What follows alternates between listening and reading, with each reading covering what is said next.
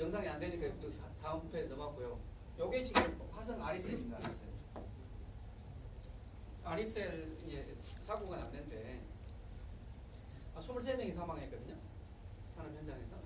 18명은 외국인이고 5명은 내국인인데 오늘 그 뉴스도 보면은 저희들이 우리 이 공단에서 조사를 합니다. 1차 조사를 하는데 기본적으로 교육과 훈련이 안 돼 있었다. 교육과 훈련이. 그 다음에 교육과 훈련이 안 돼 있고 또 우리가 보통 보면 비상구라는 게 있죠. 비상구라는 비상시에 우리가 탈출하게 해서 만들어 놓은 거죠. 그죠? 근데 비상구를 외국인들은 또 비밀번호가 있어가지고 비상구에 외국인들은 못 나가게 돼 있고 내국인들만 그 비밀번호를 알고 있고 이게 근본적으로 굉장히 구조적으로 문제가 굉장히 많죠. 사업주나 관리자들이. 그다음에 그 비상구에 짐을 쌓아놓고 그러니까 탈출구가 막혀 있는 거죠. 그래서 결과적으로 훈련도 안 돼 있고 교육도 안 돼 있고 복합적으로 작용해서 결국에는 23명이라는 아까운 목숨을 잃는 사례가 여기다. 그래서 우리 여기 대표하고 아들은 합당한 처벌을 법의 심판을 이제 받는 거죠. 그래서 오늘 아버지는 뭐 징역 한 15년 정도 받던 것 같더라고요. 그래서 안전해야겠다는 거잖아요. 그죠? 삽수가 이렇게 온해의 관심 중요하다는 얘기예요. 자, 사고 로또의 공통점이 뭘까요? 사고 로또의 공통점. 안 된다고 생각해요. 기대심이에요, 기대심. 로또는 될 것 같죠? 근데 쉽지 않죠? 1등 될 것 같습니까? 쉽지 않죠? 네. 사고는 나한테는 안 날 것 아니라는 같아요. 거죠. 근데 우리 주변에 자, 여러분들이 이렇게 즐거운 마음으로 이렇게 자리에 앉아 있는데 우리 산업 현장에서 우리나라 산업 현장에서 자, 하루 6명은 매일 6명은 집에를 못 가. 매일 6명은 아침에 즐겁게 나와가지고 매일 6명은 집에를 못 가요. 영원히 못 갑니다. 집에 못 돌아가. 사망한다는 거잖아요.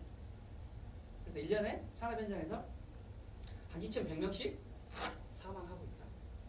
매년. 어마어마하죠.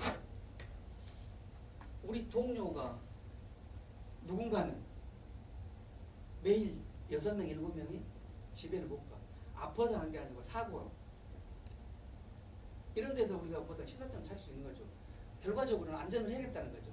내가 나를 보호해야 된다는 이런 의식이 여기 보니까 주제에 있었잖아요. 안전의식으로 뭐 중대재해 예방하자. 근절. 저는 이제 근절이라는 말도 좀 여기 같은 우리 이제 예방이라는 말을 쓰는데 중대재해 뭐 근절 이런 얘기가 있더라고요. 중대재해가 뭘까요? 중대재해 있던데. 중대재해 정의해 볼 수 있나요? 자, 중대재해 법으로 산업재해는 노무를 제공하는 사람이 업무와 관계되는 건설물, 가스, 전기, 분진으로 인해서 부상이나 질병에 걸리는 것을 산업재해라고 한다. 정의다. 여기서 이제 노무를 제공하는 사람이라는 게 범위가 굉장히 넓습니다. 그전에는 근로자라고 그랬어요. 자, 근로자라고 하면은 내가 노무를 제공하고 반대로 뭐가 급여를 받는 것들을 근로자라고 그래요. 내가 제공하고. 근데 노무를 제공하는 자라는 것은 그전에 이제 법으로 보호받지 못하는 사각지대가 있었어요. 자, 카드 판매하시는 분, 방문 판매하시는 분들, 그 다음에 골프장의 캐디, 그다음 특수고용 특고 운전자들 이렇게 한 20개 직종에 근무하는 사람들은 산업안전보건법으로 보호를 못 받았어. 사고가 나도 법에서 보호를 안 해줘. 그래서 이제 그런 부분들을 해소하기 위해서 그잖아요. 제가 대한민국 국민이고 근로자인데 법에서 국가에서 보호를 안 해주면 안 되잖아요. 그래서 이제 그걸 바꾼 거예요. 노무를 제공하는 사람으로. 근로자하고 노무를 제공하는 사람은 조금 차이가 있다. 그래서 그냥 법 테두리 안에 그냥 들어오게끔 해줬다. 이런 얘기. 그래서 이제 사고로 또 제가 얘기했죠. 기대심리인데 자, 예측 불가능하다. 예측 불가능하다. 그런 얘기고요. 한 해 지금 이제 이건 그 산업재해나 경제적인 손실 비용이 굉장히 크거든요. 우리나라가. 얼마 전에 이제 최종 발표 어떤 국회의원이 발표를 했던데 이건 한 3년 전 자료인데요. 매년 산업재해로 인한 경제적인 손실 비용이 32조입니다. 32조. 어마어마하죠. 우리나라 전체 예산이 한 700조 가까이 되거든요. 올해 이제 추경해서 700조 되는데 전체 우리나라 살림살이가 700조인데 32조 정도가 경제적인 손실, 산업재해로 인한 어마어마하죠. 산업재해로 인해서 우리 근로자가 다치거나 사망했을 때 뭔가 직접비, 간접비 포함해서 32조 정도가 경제적인 손실 비용이다. 이거 절반만 줄여서 우리 근로자들이 우리 뭐 여기 학생들도 마찬가지지만 여기에 보다 나은 작업 환경을 만들어주고 해주면 그만큼 사고도 줄어들겠죠. 자, 그래서 이제 이 전임 정부에서 국민 생명 지키기 3대 프로젝트를 했었어요. 사고 사망을 줄여보자. 두 번째는 교통사고를 줄여보자. 그 다음에 자살을 줄여보자. 자살. 자, 제가 산재를 얘기했고, 우리나라 1년에 그 자살로 해서 목숨을 잃은 사람이 한 몇 명 될 것 같아요? 생각해 보셨나요? 자살이라는 건 여러 가지 원인이 있을 수 있겠죠. 경제적인 거, 건강적인 문제, 뭐 학업적인 문제, 고민이죠. 갈등이고. 그래서 이제 극단적인 선택을 하는데 1년에 14,000명. 1년에 14,000명이 극단적인 선택을 해. 가뜩이나 우리나라가 인구 절벽이죠. 그죠? 인구 절벽인데 이게 극단적인 선택을 해. 그 중에서 또 젊은 여성들이 가장 많아. 비율로 따지면. 이거 심각한 거예요, 우리나라가. 그 다음에 교통사고도 마찬가지. 교통사고도 보통 1년에 한 3,000명 정도 이렇게 사고로 사망하는데, 이런 사고도 절반으로 줄이면 내가 조금만 신경 쓰고 관심을 가지면, 자, 교통사고, 여기 이제 차 운전하시는 분도 계실 텐데, 교통사고는 왜 줄었을까요? 교통사고는 획기적으로 줄었습니다. 일단은 생각이 바뀌었어요. 운전자들이. 여러 가지 복합적인 원인이 있는데, 자, 내가 차를 타면 나를 보호하기 위해서 가장 먼저 하는 게 뭡니까? 안전벨트 매는 거잖아요. 이제 생각이 바뀌어서 그전에 잘 안 맸었어.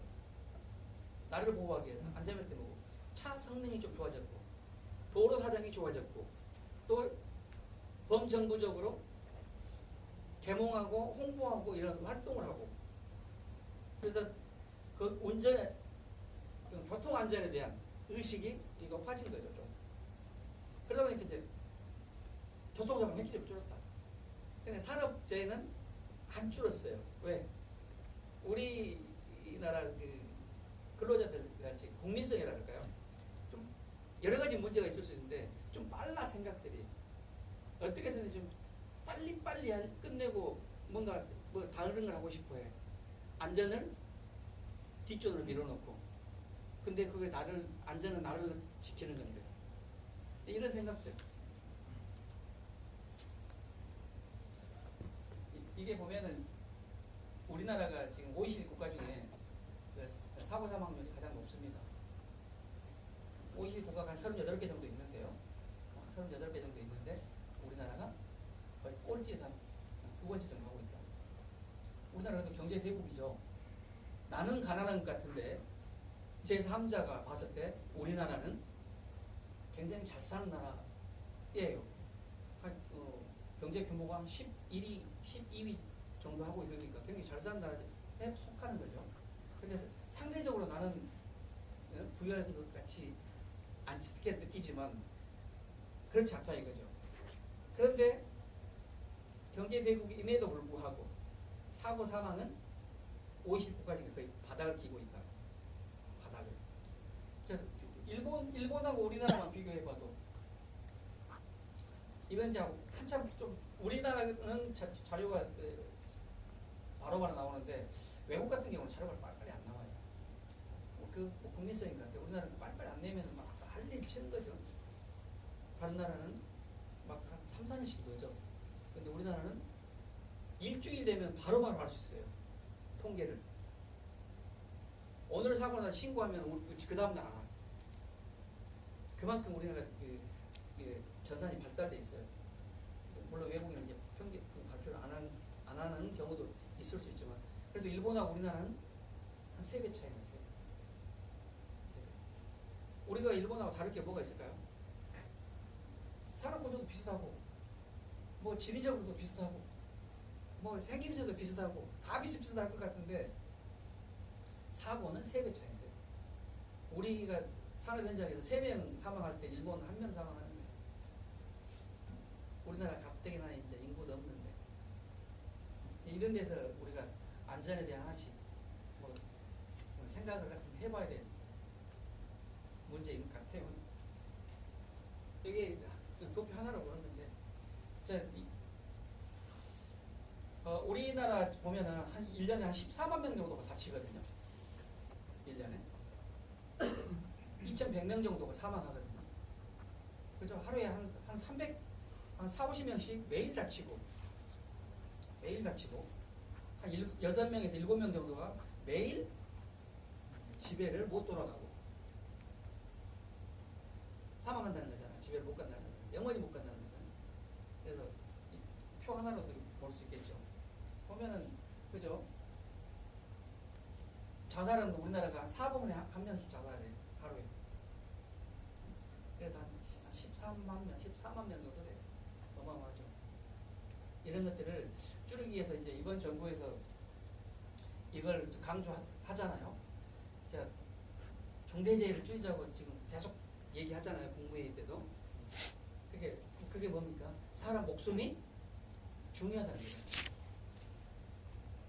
쉽게 말해서 다치거나 죽으면 안 된다는 거예요. 우리가 일터에 나가가지고 내가 일터에 다치거나 죽으러 가는 건 아니잖아요. 뭔가 내가 더 일을 해서 행복을 찾고 뭐 좀 더 즐거운 삶을 위해서 합산 뭔가 일터에 나가서 일을 하는데 거기 가서 즐거워야 될 때 가서 다치거나 하면은 안 된다는 걸 얘기할 수 있는 거고 이런 것들은 이제 뭐 통계니까요. 이제 우리가 사망하는 것 중에서도 이 발생 형태 보면 추락이 가장 많아요. 추락.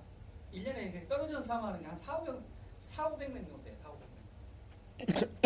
근데 자 높은 데 올라가면 기본적으로 해야 될 거 뭘까요?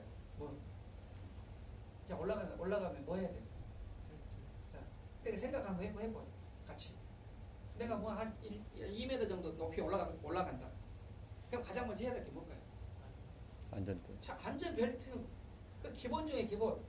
아예 2m 올라가는데 주변을 안 떨어지게 만들면 돼.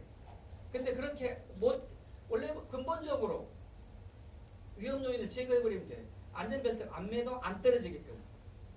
난간을 제대로 설치한다거나 개구부를 아예 없애버린다거나 개구부를 막아버린다거나 담보를 차단한다거나 눈에 보이는 것부터 이제 제거를 해줘야 돼요. 위험 요인을 제거를 해줘야 돼요. 자, 이것도 안 되겠다. 이것 저것도 안 되겠다. 그러면 뭐 해야 돼? 그때는 보호구를 착용해야 돼.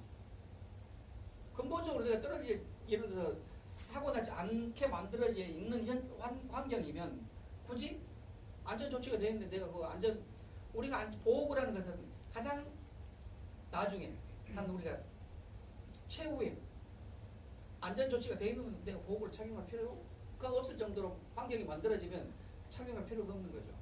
근데 그렇지 못하는 경우에는 대비해서 우리가 보호구를 착용하는 거예요. 그래서 안전벨트인데 그런 올라가면 매야죠. 왜? 떨어져도 다칠 수는 있죠. 근데 바닥에 안 떨어지면 죽진 않잖아요. 바닥에 안 떨어져야 돼. 그러기 위해서 나를 보호하기 위해서 보호구는 착용해야 돼.